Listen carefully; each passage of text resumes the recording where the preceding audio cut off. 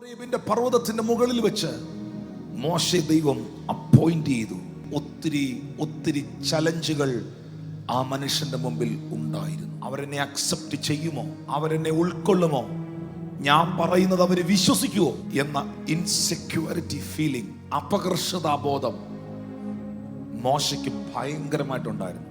മോശയെ ഞാൻ നോക്കുമ്പോൾ പലതിലും കോൺഫിഡൻസ് ഇല്ലാത്ത, എന്നെ കൊണ്ട് ഇത് ചെയ്യാൻ പറ്റുമോ, എന്നെ കൊണ്ട് ഇത് കംപ്ലീറ്റ് ചെയ്യാൻ കഴിയുമോ, എന്നെ കൊണ്ട് ഇത് നടത്താൻ കഴിയുമോ എന്ന കോൺഫിഡൻസ് കിട്ടാത്ത ഒരു മോശ എനിക്ക് കാണാൻ കഴിയുന്നു.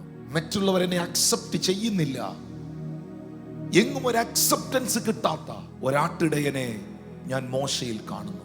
പക്ഷേ മോശ ഇത് പറയുമ്പോഴും, മോശ ഇങ്ങനെ ദൈവത്തോട് സംസാരിക്കുമ്പോഴും, മോശയിൽ അതിശക്തനായ ഒരു ലീഡറിനെ, ഒരു പ്രൊഫറ്റിനെ, ഒരു പ്രവാചകനെ, ഒരു നേതാവിനെ, ഒരു അഭിഷിക്തനെ ദൈവം കണ്ടിരുന്നു.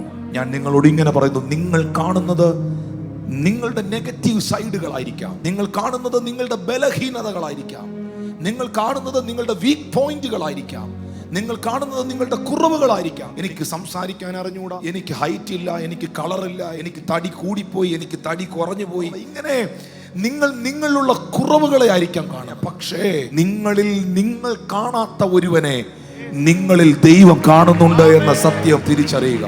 അതിനെ വിശ്വസിക്കാൻ നിങ്ങൾക്ക് കഴിഞ്ഞാൽ നിങ്ങളുടെ അകത്ത് ആ കോൺഫിഡൻസ് ഉണ്ടാകും.